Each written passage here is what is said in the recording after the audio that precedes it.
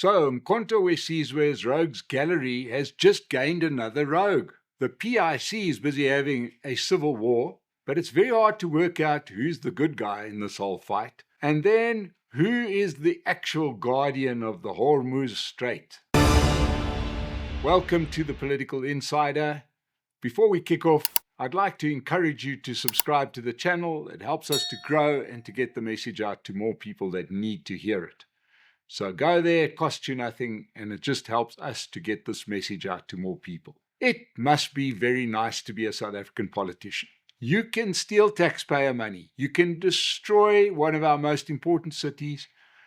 You can even be held to account in a party that never holds anybody to account, but then you can still get a job at Mkhonto we Sizwe. I'm talking, of course, about Zandile Gumede, who at one point was the mayor of eThekwini. And 7 years ago, she was removed when she was implicated in a 350 million rand scandal called the solid waste scandal. And in the 3 years that she was mayor of eThekwini, from 2016 to 2019, allegations swirled that she wasn't running a city as much as she was running a gangster organization. She was so bad at running eThekwini that even the ANC removed her because of the continuous and sustained decline of the quality of service delivery in eThekwini. Since then, she's been in and out of court. Remember, she learned the Stalingrad defense from her former master and now her current master, Jacob Zuma. And yeah, at one point she was sick. Then she ran out of money for defense. It's been a litany of excuses that stop her from facing justice. But the 2024 general election showed us that the good people of KwaZulu-Natal, and shout out to you if you're from KwaZulu-Natal, but you guys are particularly fond of the state capture project. After all, it was KwaZulu-Natal that gave Mkhonto we Sizwe 47% of the vote, despite the place being full of state capturers. Now, Mkhonto we Sizwe is yet to face a local government election, yet to stand in one. And they look set to become the biggest party in the city of eThekwini because people in KZN are really fond of state capture. And we've got to admit, people do politics differently in that part of the world. So now the Secretary General, the latest Secretary General, we'll put that in small letters because we don't know how long anyone will last. The Secretary General, Sibonelo Nomvalo, unveiled Zandile Gumede as Mkhonto we Sizwe's deputy convener in eThekwini, saying, "We have been experiencing growth every day and we need more help." MK supporters were chanting, "It's only a matter of time before MK party takes over eThekwini." So it must mean that they're looking for a mayor. So as unimpressed as MK is about the scandals that swirl around Zandile Gumede, they don't mind having another look at her.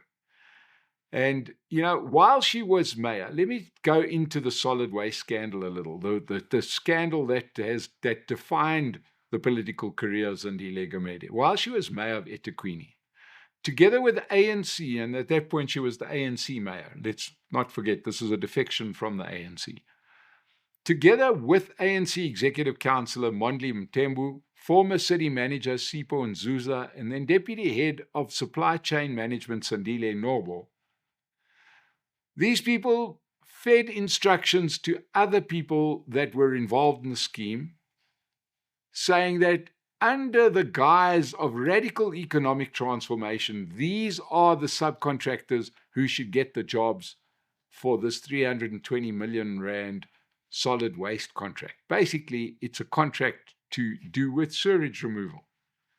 Gumede allegedly received kickbacks of over 2.8 million rand for ensuring that the predetermined businesses benefited from these waste contracts.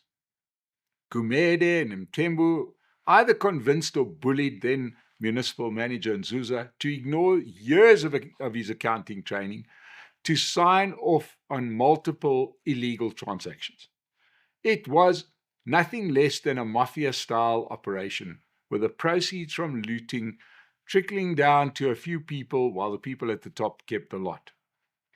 This case is still ongoing, but Zandile, she is ready to go, and nothing is going to protect her from prosecution better than high office.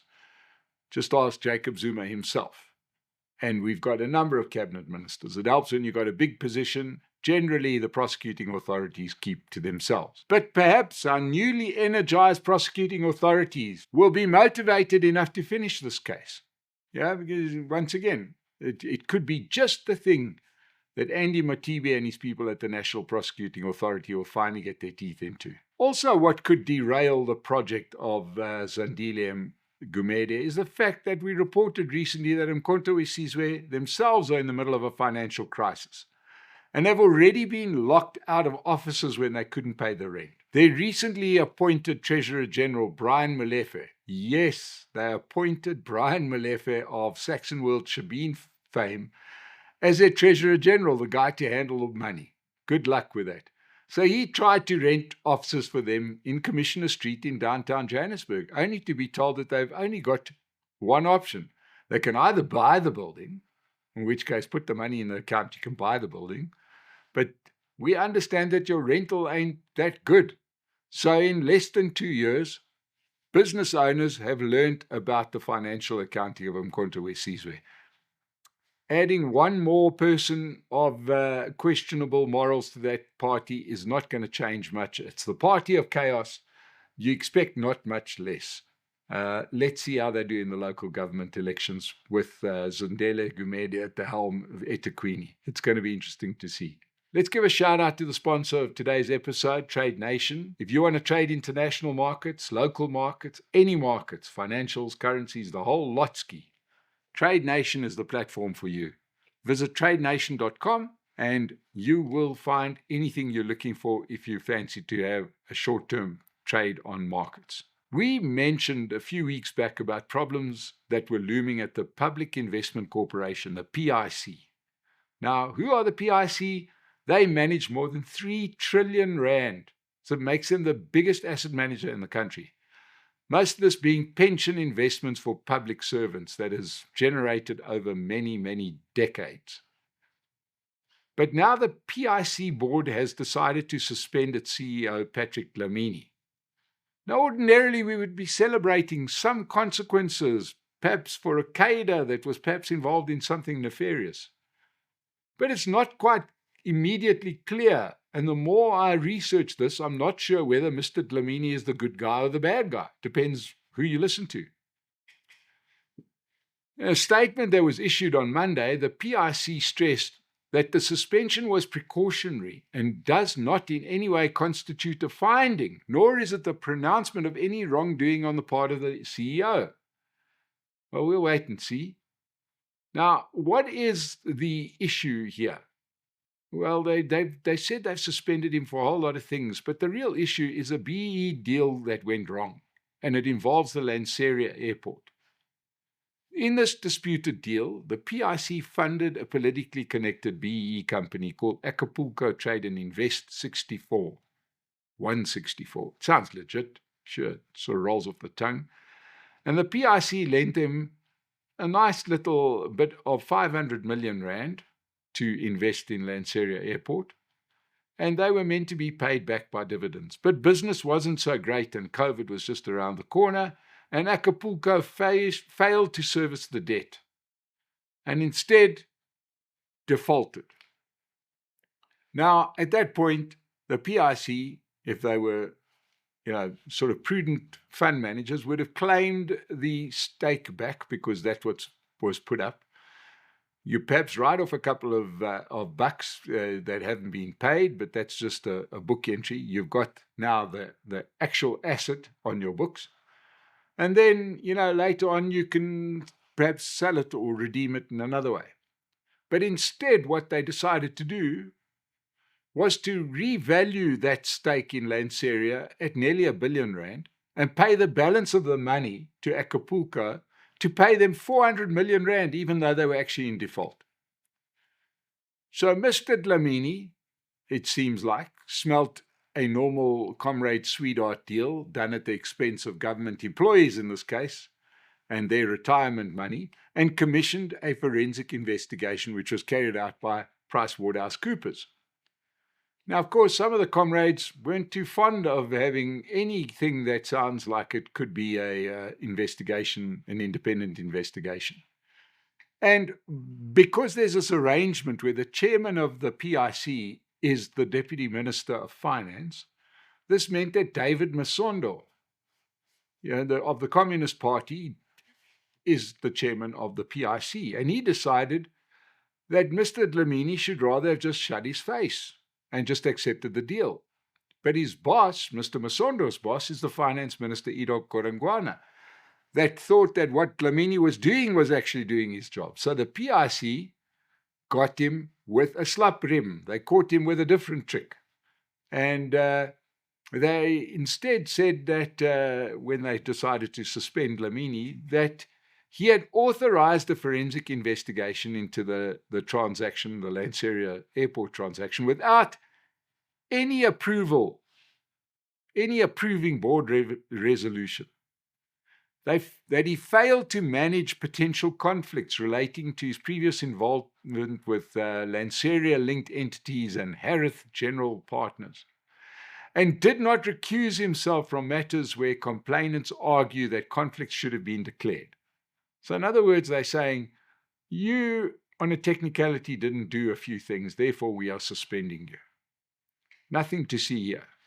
Needing to make it look more like the board is doing its job, they made a few other changes.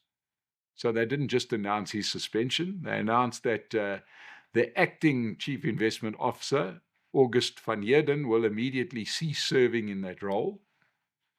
And Leon Smit, who joins the South African Hollywood where everybody acts, will now be acting in that position as chief investment officer at the PIC.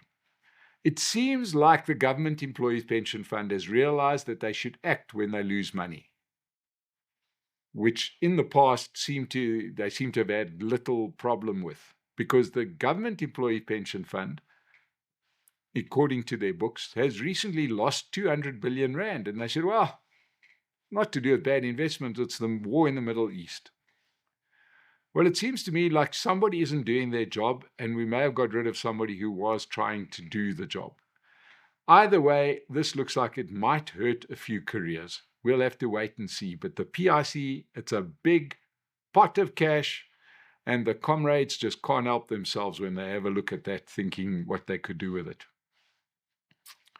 We mentioned earlier about the war in the Middle East, and just when things were about to settle down in the Middle East, these guys decided to start it up again. Iran sent a few missiles at a few tankers in the Strait of Hormuz and got a predictable response out of the US as they pounded Iran with bombs. This has had the effect of shooting up the oil price, up 9%, as it starts to dawn on financial markets that neither the Iranians nor the Americans are very keen on peace. Obviously, the Israelis are not very keen on peace. They want to see the end of Iran, and they see Big Brother America as the guys to do it. And the Iranians don't help themselves because they could just open the strait and do some trade, but that's not the way the Iranians roll. Now, the Iranians have been sending some of their missiles into some part of the Gulf states, with Dubai reporting multiple missile and drone strikes. Now, you're not making a lot of friends in the region when you start bombing your neighbors. You know, everyone looked the other way when Iran was bombing Israel, but now they're bombing some of these Gulf states. This is turning into a mess. Now, Donald Trump has declared that the US will be known as the guardian of the Hormuz Strait, and they will immediately start levying a 20% fee on all cargo shipped through the waterway. Nothing like our Donald to try and profit out of somebody else's misery.